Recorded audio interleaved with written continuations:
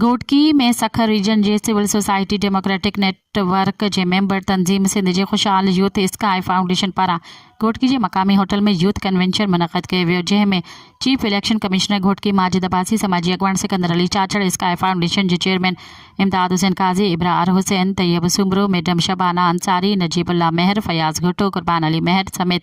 इंसाफ student federation, Muslim students federation Ghotki, MBN शागिर्दनि, तंजीमी ऐं सियासी पार्टियुनि जे अॻुवाननि शिरकत कई।